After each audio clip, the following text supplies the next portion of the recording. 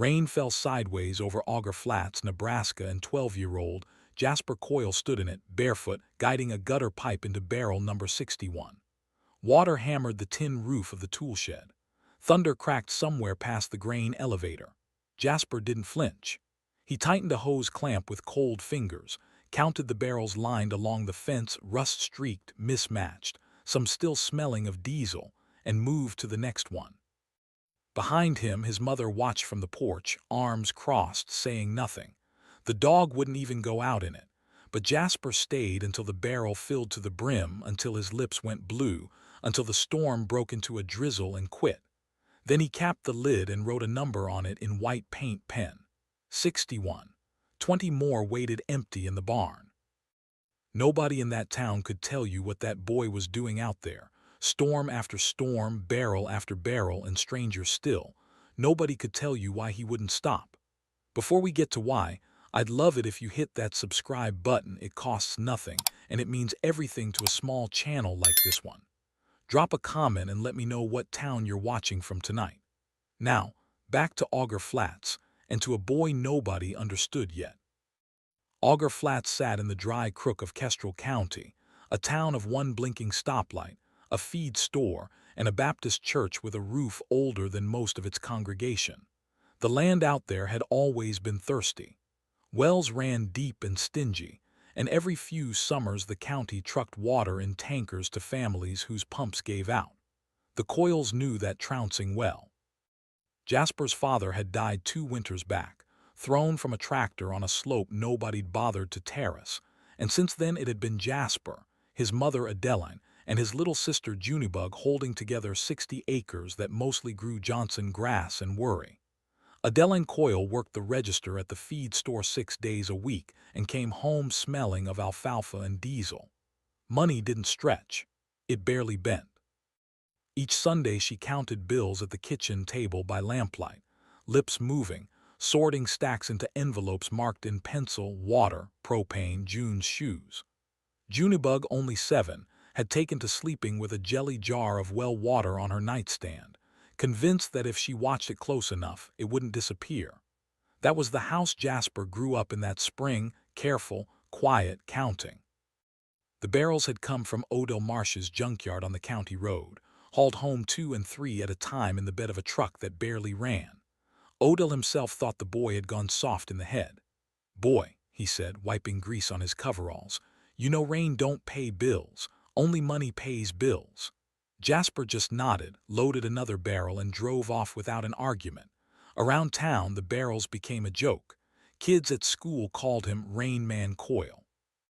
The barber said it loud enough for the whole shop to hear that the Coyle boy had lost his sense along with his daddy.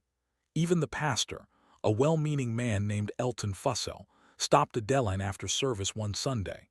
"That's a strange practice for a boy his age," he said gently.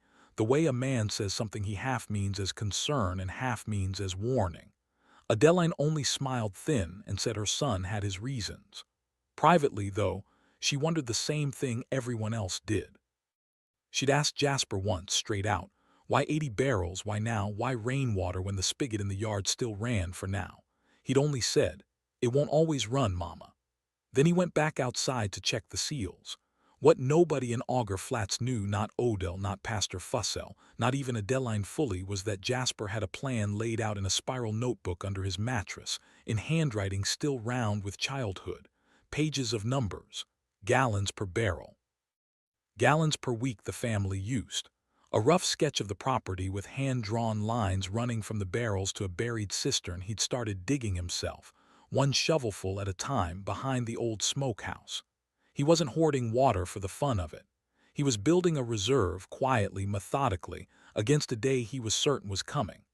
That certainty had a name: the Kestrel County Water Notice, tacked to the feed store's bulletin board back in March.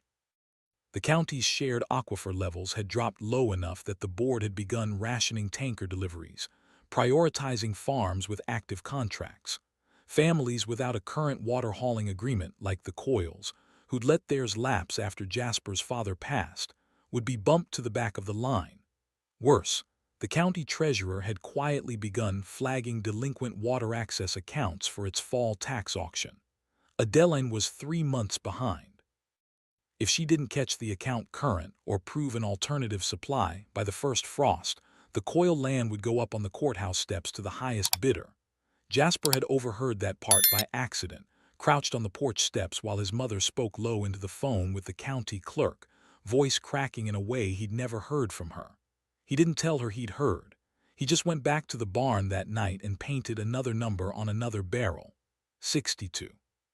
He wasn't a boy who cried easy, but he sat a long while in the dark barn that night, hand pressed flat against the cold metal, like it might answer back. Through April and May, Jasper built his system in pieces, the way a boy builds anything: trial, failure, stubborn correction. He rigged gutters from the barn roof using scrap flashing bent by hand. He learned the hard way that a barrel set unlevel would crack its seams under the weight of full water. He lost 9 gallons and a Saturday afternoon learning that lesson. He scavenged bicycle inner tubes to line the gutter seams so they wouldn't leak. He asked the school librarian, Miss Vernell Atkins, for anything she had on rain catchment, and she found him 2 old agriculture pamphlets from the 70s, yellow and brittle, which he read by flashlight until he had them memorized. Odell Marsh watched all this with the patient scorn of a man who'd seen every fool idea Kestrel County ever produced. "You're wasting good barrels on bad rain," he told Jasper one afternoon, spitting into the dust. "That water'll go green as a frog's back before you ever need it." Jasper wiped his hands on his jeans.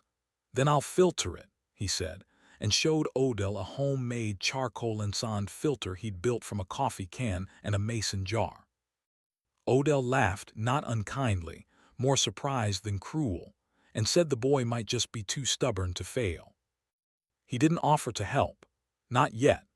By June, Jasper had 40-some barrels filled and sealed, arranged along the fence line like sentries, each one numbered, each one logged in his notebook alongside the date it was filled and roughly how many gallons it held.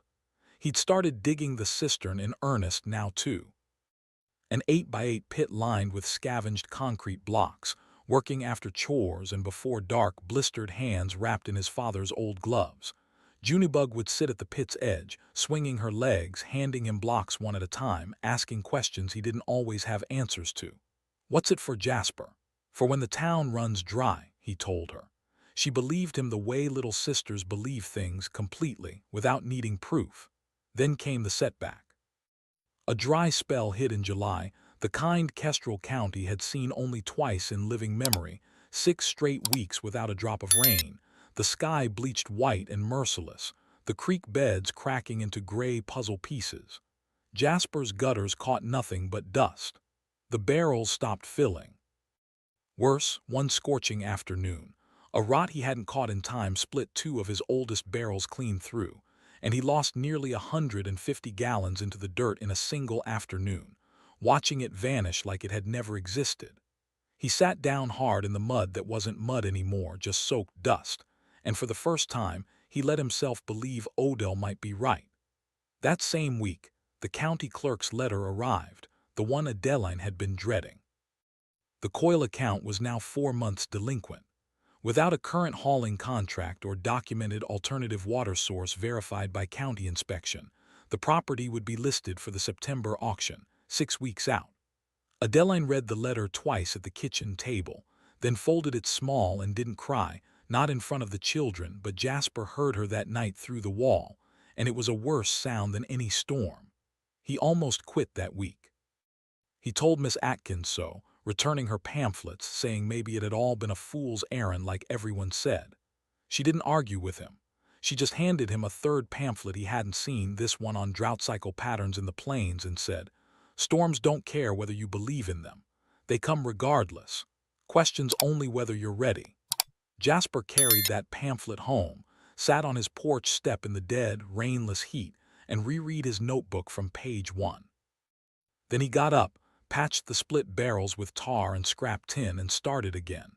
He worked through the worst of that heat like a man twice his age, finishing the cistern, lining it, sealing it with a coating of pond liner. Odell quietly, without announcement, dropped off one evening and left leaning against the barn door. No note, no conversation, just the material a boy needed and couldn't afford. Jasper understood it for what it was and never mentioned it to Odell again, which was, in its own way, exactly what Odell wanted. The rains finally broke in mid-August, and Jasper caught them like a man catching money falling from the sky. Every gutter, every barrel, every square foot of roof he could rig a downspout to. By the last week of August, he had 78 barrels full and the cistern topped near capacity, better than 1,000 gallons banked in the ground behind the smokehouse. He had 6 days left before the auction notice took effect. He did not know yet that the barrels would matter for a reason no spreadsheet in his notebook had accounted for. The heat that had cracked the creek beds hadn't just dried up water. It had dried up the whole county, turning the wheat stubble and dead Johnson grass into standing tinder. On the last Tuesday of August, at 4 in the afternoon, a downed power line off County Road 9 threw a spark into a fence row, and within 20 minutes a wildfire was running low and fast across the dry pasture toward Auger Flats, driven by a wind nobody had forecast. The town's single water tower, already strained by the drought, had been drawn down to protect the treatment plant. When the volunteer fire truck rolled out toward the Coyle place, because the fire was cutting straight toward that end of the county road, its tank ran dry after 11 minutes of spraying the leading edge. The pump gasped. The hose went slack. Men stood in the smoke, looking at each other, out of water, with flames still 40 yards from 3 homes and a barn full of hay. That was the first sighting. Odell Marsh, running his truck past the smoke toward the Coyle fence line, shouting the words that would be repeated in that county for years after Coyle's got water. Coyle's got barrels full of water. Firefighters turned. Neighbors turned. And there along the fence stood 80 rusted barrels, numbered in white paint, catching the orange firelight, every single one of them full.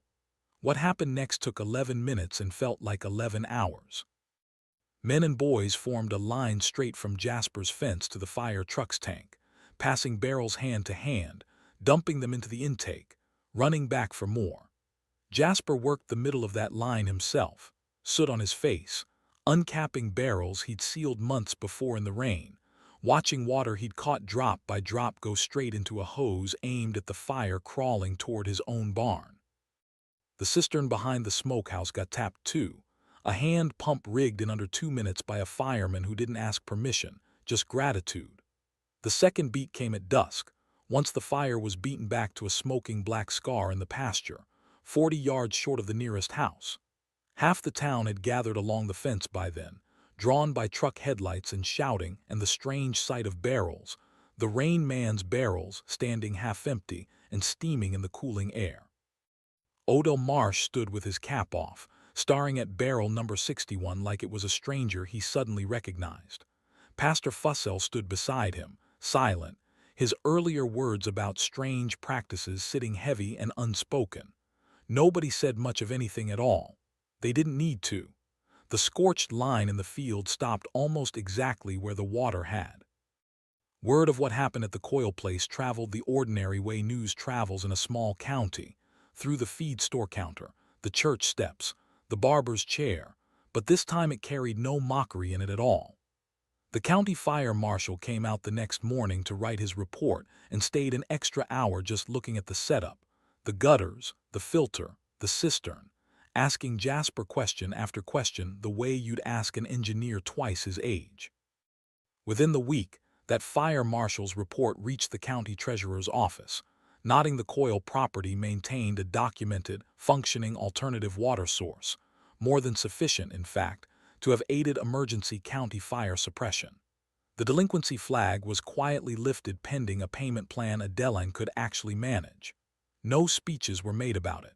The paperwork simply changed, the way paperwork does when the truth of a thing becomes impossible to ignore. Odell Marsh showed up 2 days later with a truckload of fresh barrels, no charge, and didn't say much beyond. Figured you could use more. Jasper thanked him and got straight to rigging new gutters, same as always, like nothing all that remarkable had happened. Junebug still sits at the cistern's edge some evenings, though these days folks stop by just to look at it. Auger Flats doesn't call him Rain Man anymore, not the way they used to mean it. Adeline says the land held on because her boy believed a dry year always ends, one way or another, in rain. And in Kestrel County, they still tell it plain and simple. The fire stopped where the water started, and the water started with a boy nobody believed.